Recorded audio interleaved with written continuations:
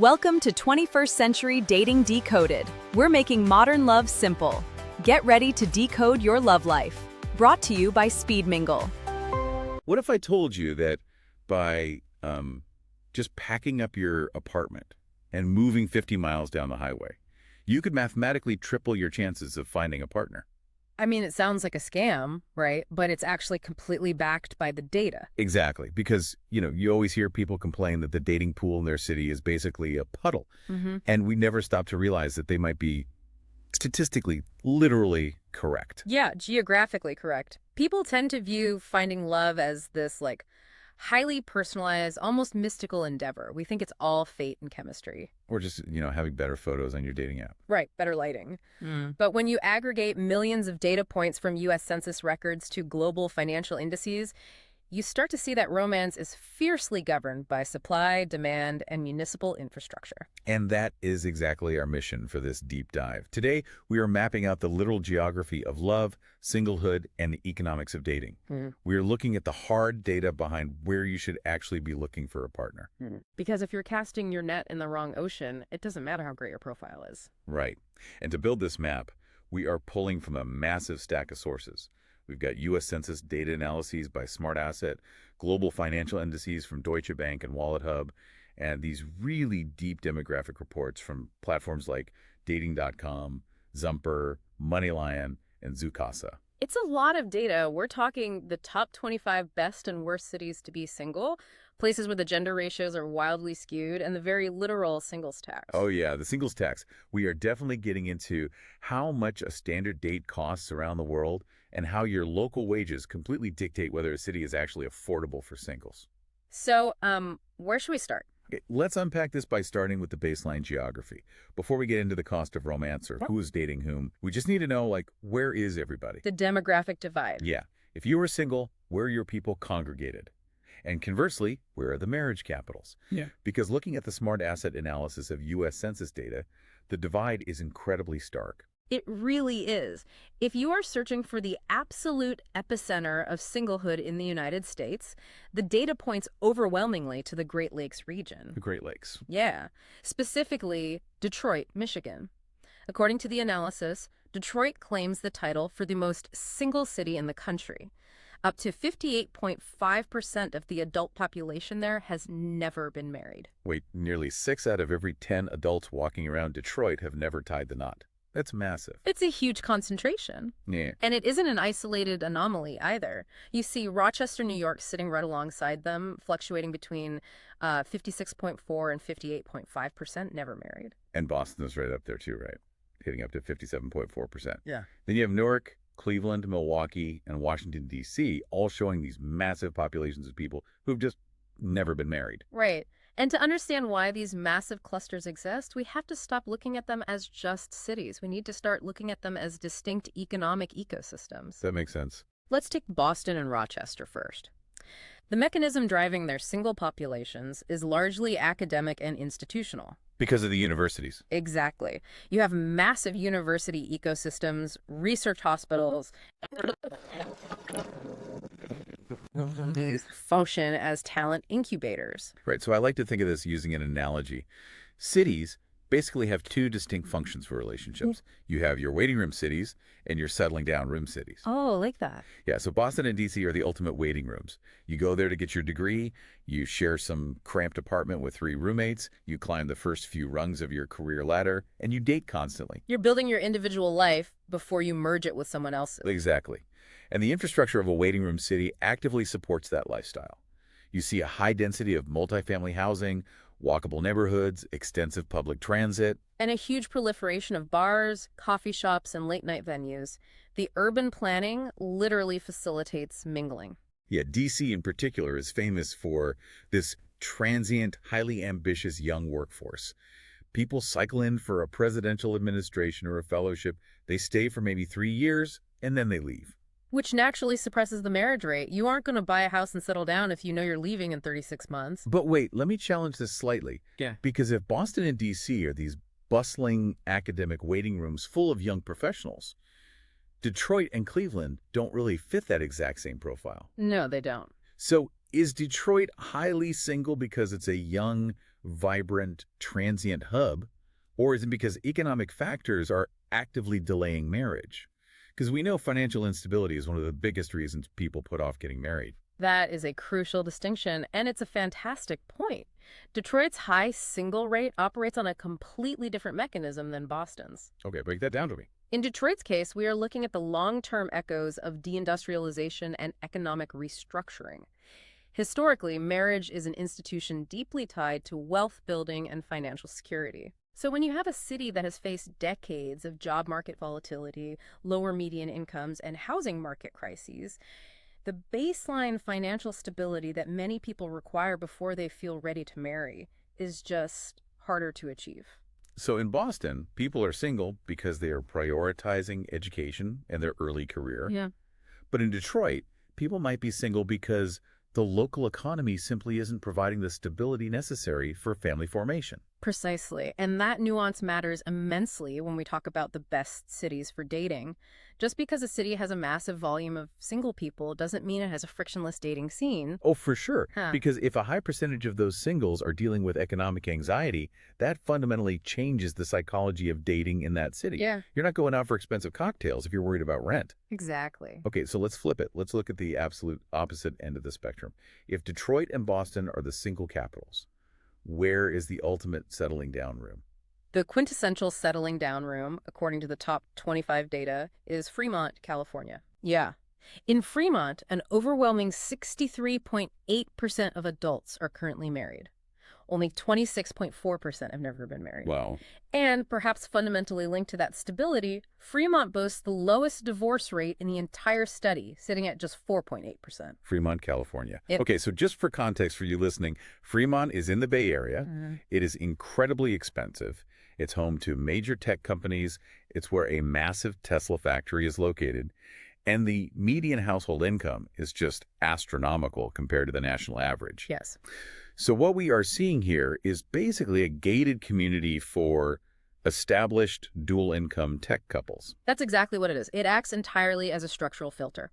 The cost of entry into Fremont, whether you're buying a home or even just renting, is so prohibitively high that you essentially need a dual-income household to afford it comfortably. So the single people are just priced out. Pretty much. The people who migrate to Fremont, or the ones who manage to stay there, are largely those who have already paired off and pooled their resources. And the zoning laws play a massive role here, too. Walk me through that.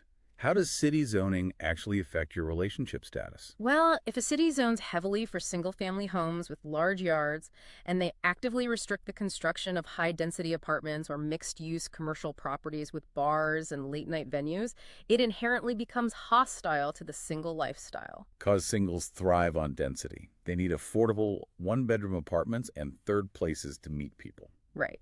And Fremont is highly zoned for family life. It has excellent public schools, sprawling neighborhoods.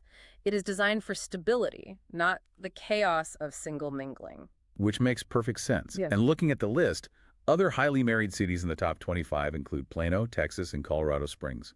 Both completely fit that suburban, family-oriented, high-stability profile. They absolutely do. But wait, I do have a question about this Bay Area thing.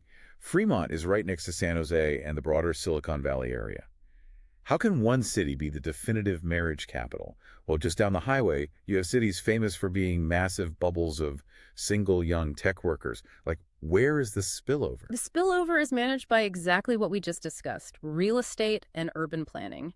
San Jose and San Francisco provide the entry-level tech jobs, the studio apartments, and the nightlife. They act as the waiting rooms. Oh, I see. Yeah, once those tech workers hit their 30s, marry another tech worker, and decide they want a backyard and a highly rated public school, they migrate out of San Francisco and into Fremont or Palo Alto. That is fascinating. The cities operate in a symbiotic loop. The region uses different municipalities to house people at different stages of their romantic lives. We literally sort ourselves into different zip codes based on our relationship status without even realizing we're doing it. We really do. But what happens when that stability fractures? The data also tracks divorce rates in these cities. So where are marriages ending the most? The census data highlights a few specific areas. Shreveport, Louisiana, consistently ranks near the top of the worst lists with a 15.9% divorce rate. You also see Spokane, Washington at 15%, and a distinct cluster in Florida, specifically Hialeah and St. Petersburg, hovering around 15.6%. And we have to talk about the massive anomaly in the Smart Asset Report. They flagged Columbus, Georgia, with an astronomical 38% divorce rate. Yeah, that number is wild. It's perfectly split. 38% married, 38% divorced, 38% never married. What on earth is happening in Columbus? Well, when you see a statistical outlier that extreme, it almost never represents a broader cultural trend. It points to a hyperlocal, manufactured demographic. In the case of Columbus, Georgia, you are looking at the immediate proximity to Fort Moore. Fort Moore, so a massive U.S. Army installation. Exactly. This is the military town effect. Military towns create highly pressurized demographic bubbles. You have a massive influx of very young people who are financially incentivized to get married quickly. Because the military provides better housing allowances, benefits, and higher pay for married service members. Right.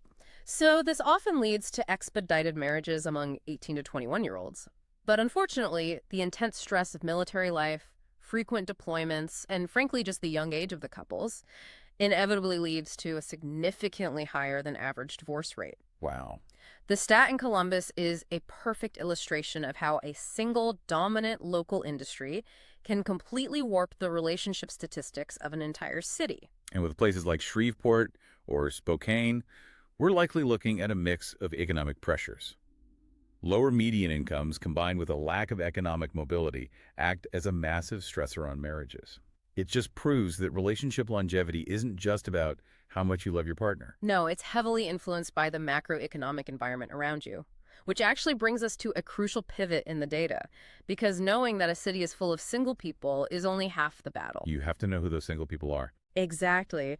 And the most startling data we found in this deep dive is how drastically uneven the distribution of single men and single women is across the country. This is where the whole plenty of fish in the sea concept falls completely apart. Because what if you are fishing in a sea that literally doesn't contain the fish you're looking for? Right, you're just casting into an empty pond. Let's talk about gender ratios. Supply, demand, and dating ecosystems. Yeah.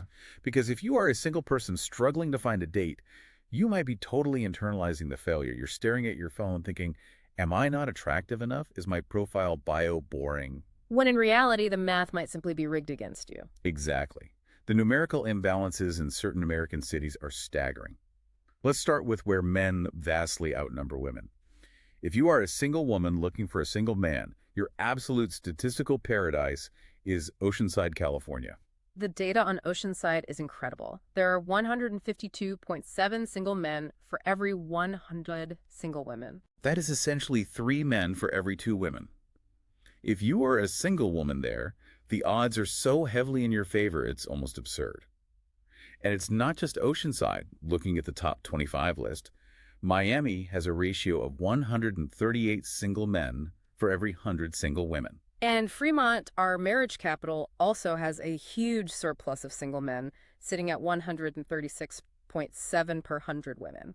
Then you have Fayetteville, North Carolina, hovering around 137 to 141, depending on the survey year, and Paradise, Nevada at 137.1. And just like we saw with the divorce rates in Columbus, Georgia, when we ask why these male-heavy bubbles exist, the answer is almost always tied to the dominant local industry. Industry again. So what's driving Oceanside? Oceanside, California is directly adjacent to Camp Pendleton, which is one of the largest Marine Corps bases in the world.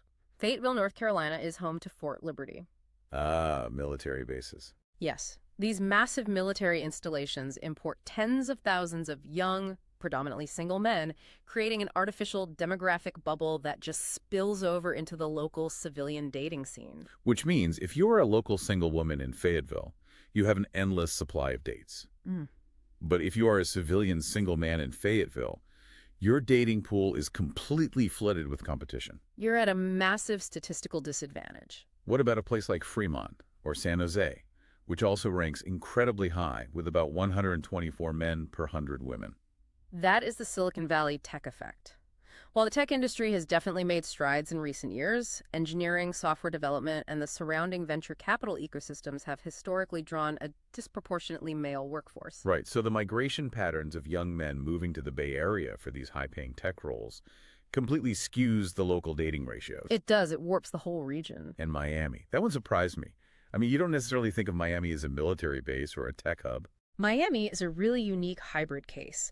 It is heavily driven by a massive hospitality and nightlife industry, but in recent years, it has also become this massive hub for crypto, finance, and real estate entrepreneurs. Oh, the crypto bros. Exactly.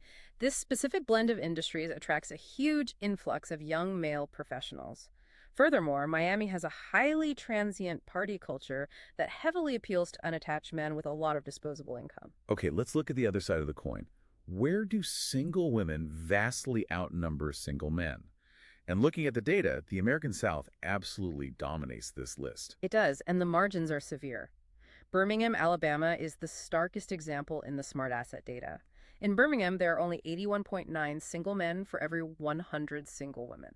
Just think about the reality of that number. That means that nearly 20% of the single women in Birmingham mathematically cannot pair up with a single man from their own city, assuming an entirely heterosexual pairing model for the sake of this specific census metric. Right, 1 in 5 women simply does not have a statistical counterpart locally.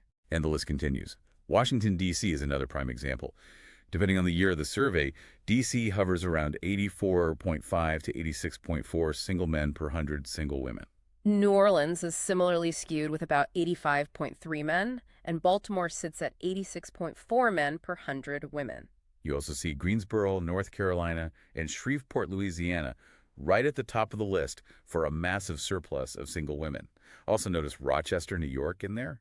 The data pointed out that Rochester is one of the only non-southern cities to make the top 5 for a female surplus, with only 86.7 single men per 100 women. So break down the mechanisms here. Why do these specific cities have such a massive deficit of single men? Well, we are looking at 2 completely different socioeconomic phenomena here, right? We are. Let's look at Washington, D.C. first. This is the classic example of a knowledge economy skew. What does that mean exactly? Across the United States, women are currently graduating from college and obtaining master's degrees at significantly higher rates than men. Right, the education gap. Yeah, and Washington, D.C., with its massive ecosystem of government agencies, NGOs, lobbying firms, and nonprofits, acts as a powerful magnet for highly educated female professionals. Women migrate to D.C. for these white-collar jobs, and because the influx of educated women is so high, the gender ratio aggressively tilts. That perfectly explains D.C. and likely Rochester with its massive university and healthcare sectors. But what is happening in the South? Why are cities like Birmingham, New Orleans, and Shreveport so heavily skewed toward women? The southern cities represent a much more complex and, frankly, systemic demographic shift. It's driven by several overlapping factors. First, you have migration patterns. Like people moving away for work. Yes. Historically, as industrial and blue-collar manufacturing jobs have hollowed out in certain southern urban centers, young men are more likely to migrate away to the Sunbelt boomtowns out west or to the oil fields in search of work. This creates a brawn drain that removes single men from the local economy. Brawn drain. So the men are leaving for work, but the women are staying. Often, yes. Women are statistically more likely to find employment in localized service, healthcare, and education sectors, which keeps them anchored to the city. But beyond migration, we also have to acknowledge the systemic issues that physically remove men from the dating pool. You mean like mortality rates in the justice system? Exactly. The data implicitly reflects the realities of higher male mortality rates, largely driven by occupational hazards and health disparities, as well as significantly higher male incarceration rates. Right. When you combine economic outmigration with these systemic issues, you drastically hollow out the population of marriage-age men in these urban centers. It is so crucial to put a human face on these statistics. I mean, if you are a single woman in D.C. or Birmingham and you feel like the dating scene is a barren wasteland where no one wants to commit, it is not you. You are dealing with local supply chain economics. The supply of single men simply does not meet the demand, which changes the entire culture of dating. Because when one gender significantly outnumbers the other, the minority gender holds all the leverage. In D.C., single men have an overwhelming paradox of choice, which sociologically leads to lower commitment rates. But in Oceanside, the single women hold all the leverage. Which means, if you are a civilian guy in Oceanside or a tech worker in San Jose wondering why you aren't getting any matches on your dating apps, you are essentially trying to get noticed in an entirely oversaturated market. You are competing against 150 other guys for the attention of 100 women? The algorithm isn't broken, your local geography is just working against you. It just emphasizes that finding a partner isn't solely about emotional readiness or personal growth. It is an intense logistical challenge. And logistics lead us directly to the next major hurdle for singles. Because once you finally locate someone in your demographic pool, you actually have to take them somewhere. You have to pay for a date. Let's talk about the price of romance. We've mapped out the demographics, but now we need to look at the global and local economics of dating, because the sticker shock in this data is visceral. It really is. So let's start with the global extremes, courtesy of Deutsche Bank's annual Mapping the World's Prices report. To standardize the data, they created something called the Cheap Date Index. I love the cheap date index. Right. This index calculates the exact same itinerary across dozens of global cities. It's a couple of movie tickets, a couple of soft drinks, a simple meal like a burger or pizza, a couple of beers, and cab rides for two. It sounds like the most standard, low-pressure Saturday night imaginable. How expensive could that possibly be? Well, if you attempt that exact itinerary in Geneva, Switzerland, it will cost you $475. $475 for a movie, a burger, some beers, and a taxi. I could literally fly to another state for less than that. How is that functionally possible? Switzerland absolutely dominates the most expensive list. Zurich is right behind it, where just the basic index costs $203. But the moment you upgrade the simple meal to a standard restaurant dinner, it skyrockets past $300. That's insane. The underlying reason for Geneva's astronomical cost is a combination of massive localized wealth, a highly protected domestic supply chain that drives up the cost of food and services, and the incredibly strong Swiss franc. A simple service worker in Geneva makes a very high wage, and that wage is baked into the cost of your movie ticket and your hamburger. This study also notes that cities like Oslo, Copenhagen, and Tel Aviv are right at the top of the list. Tel Aviv, in particular, has seen massive spikes in the cost of living over the last decade, pushing it past traditional legacy cities like Paris or Berlin.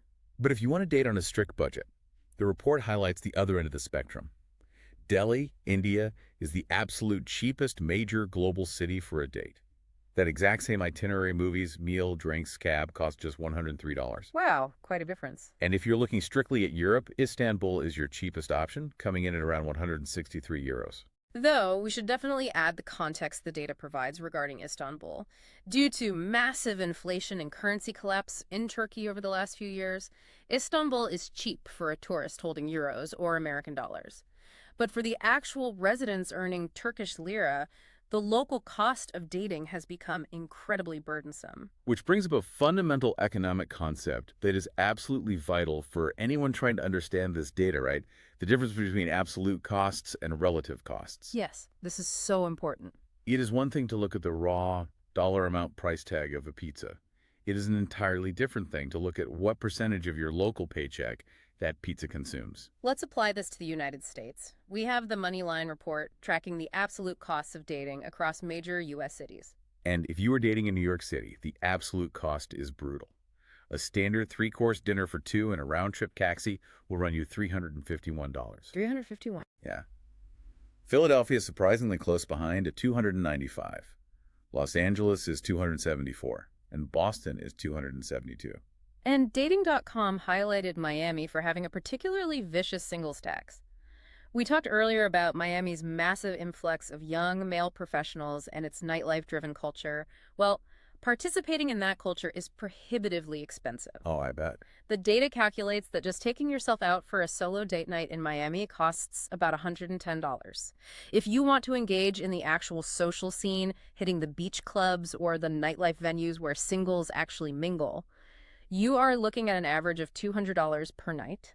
Miami is engineered to extract maximum capital from its single population. But there are pockets of absolute affordability in the U.S., and the Hearst study got incredibly specific with these metrics. If your go-to date is grabbing a pizza, you want to be in Austin or Charlotte, where a cheese pizza averages under $11. That's pretty good. If you love the movies, Phoenix and Detroit have the absolute cheapest movie tickets at around $11.25. And if you need to look good before the date, Las Vegas surprisingly offers the cheapest haircuts in the country, alongside some of the cheapest fitness club memberships. But this is where the concept of relative cost turns the entire data set on its head. the HERS study didn't just look at the price of a movie ticket. They cross-referenced the cost of standard dating activities, things like cell phone plans to use dating apps, the cost of pizza, haircuts, movies, yoga classes, and a bottle of wine with the average personal income of the city's residents. And when you do that, the quote-unquote most expensive cities suddenly don't look so bad. Precisely. Because while cities like San Francisco, Boston, and Washington, D.C. have very high absolute costs, meaning a movie ticket might be $18 and a haircut might be $80, the median incomes in those specific cities are so phenomenally high that dating actually consumes a significantly smaller percentage of a single person's monthly paycheck. Okay, let me make sure I'm following this. You're saying a $150 date in Washington, D.C. feels less painful to a local resident than a $100 date feels to someone living in a city with lower average wages. Exactly. The financial friction of dating is much lower in D.C. despite the high price tags. The data shows that the cities where the cost of dating is the absolute largest burden on your income are places like Riverside, California, San Antonio, Texas, and Orlando, Florida. Oh, so the mid-tier cities. Yeah, in these cities, you have a dangerous combination of moderately high regional costs fueled by inflation paired with significantly lower median wages.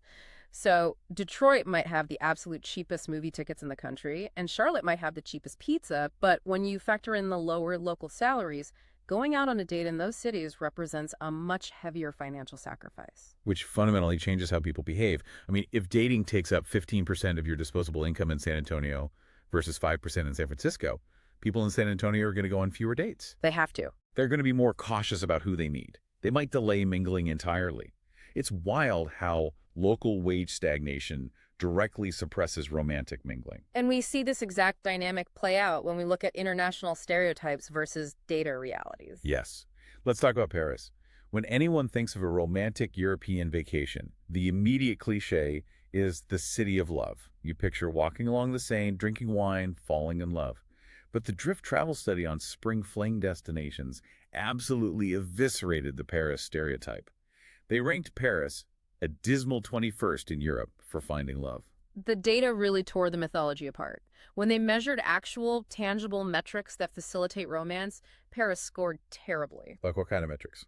Well, it had a shockingly low nightlife score, only 34 out of 100. It had a surprisingly mediocre LGBTQ plus friendliness score compared to its neighbors. And the absolute costs were incredibly high, which we know creates friction. And my absolute favorite metric of the entire deep dive, Paris was literally penalized for bad sunsets. That is hilarious. The study measured clear skies and sunset visibility, and Paris scored poorly. You can't have a romantic evening walk if the weather is miserable and expensive. Meanwhile, Madrid took the #1 spot in Europe. Madrid's data profile is essentially perfect for romance. It has a thriving nightlife score of 85.9 out of 100, which means there are endless affordable third places, tapas bars, cafes, plazas, where singles can linger and interact without spending €100. That's huge for spontaneous dating. It has incredible inclusivity metrics, a massive single population, and fantastic weather for those sunset metrics. Prague and Lisbon were right behind it. The reality of where romance thrives economically and socially is incredibly different from the movies. This brings us to the ultimate question. We have mapped out the demographics, we know where the men and women are hiding, and we understand the intense economics of the singles tax. So when you aggregate all this data into a final score, who actually wins? The best of the best. Yeah, if our listener is sitting in their apartment right now, staring at their budget, exhausted by their local dating pool, and thinking, I need to start over, I need to move, where do the experts say they should go? This is where things get slightly complicated, because we have several major studies that declare a definitive winner, and they fundamentally disagree with each other. Of course they do. They disagree because they prioritize entirely different metrics of human happiness. Let's start with WalletHub's 2025 report. They analyzed 182 American cities across 35 distinct metrics ranging from local economics to fun and recreation options to raw dating opportunities. Their definitive #1 best city for singles is Atlanta, Georgia. Atlanta. That is a major endorsement. Why does Atlanta take the crown? Atlanta manages to hit a demographic and economic sweet spot that very few other cities can match. First, the raw dating pool is massive. Nearly 70% of the city's population is single when you combine the never married, widowed, and divorced demographics. 70%, that's a huge pool. Second, it has an incredibly high density of attractions. We're talking restaurants, nightlife options, social clubs, and recreational spaces per capita. It has the infrastructure of a waiting room city. But crucially, the median annual household income exceeds $85,000, which helps significantly offset the sting of inflation and dating costs. It's the total package. You have a massive pool of potential partners, an endless list of things to do, and enough regional wealth to actually afford doing them. But while Atlanta makes sense, Wallet Hub's #2 city really threw me, Las Vegas. Las Vegas is the great dark horse of these demographic studies. When people hear Vegas, they immediately think of the Strip, bachelor parties, and extreme transients. Exactly. You don't think of settling down. But when you look at the underlying data for the actual residents living off the Strip, it is a powerhouse. Yes, it has incredibly diverse nightlife, but it's also surprisingly cheap for the day-to-day logistics of dating. We mentioned earlier that it has the cheapest haircuts and very affordable gym memberships. It ranks incredibly well for gender balance among singles. And as the Wallet Hub report cheekily points out, if a date goes incredibly well, you can literally get hitched by an Elvis impersonator at 2 a.m. That is a very specific municipal amenity that you just cannot get in Boston. Sure. But let's look at a completely different scorecard. Zumper, the massive rental platform, ran their own data study for 2025. They ranked 100 cities, but because they are a real estate platform, they heavily weighted rent prices, the broader cost of living, and unemployment rates alongside the social factors. Their #1 city, St. Louis, Missouri. Which perfectly illustrates the priority shift. In St. Louis, the median rent for a one-bedroom apartment is only $1,000 a month. Nearly half the population is single, and despite the low cost, it still ranks in the top 5 nationally for nightlife and entertainment access. So it's affordable and fun. Zumper's top 3 cities are St. Louis, Knoxville, Tennessee, and Salt Lake City, Utah. These are cities that provide a decent social scene but prioritize extreme housing affordability. They're saying the best way to be a successful single person is to not be broke. Contrast that with Fetish Finder's study, which looks specifically at the 20 largest U.S. cities. They controversially named New York City and Los Angeles as the absolute worst cities for dating. Which completely runs counter to the cultural narrative. You would assume the biggest cities in the country, with the most people, would inherently have the best dating scenes. Because the math says more people equals more options. But the Fetish Finder study heavily penalized NYC and LA for the burnout metric. That's the exhausting cost of living, the terrible commute times, and poor quality of life indicators. This makes so much sense. Think about the logistics of dating in Los Angeles. It might take you an hour and 15 minutes in bumper-to-bumper traffic just to travel 5 miles to meet someone for a drink. Right, by the time you get there, you're already exhausted. And in New York, you are navigating incredibly expensive cocktails and exhausting subway commutes, all while paying $3,000 a month for a studio apartment. The daily grind of surviving in those megacities financially and logistically leaves people too burned out to date successfully. The juice isn't worth the squeeze. Exactly. The structural friction is too high.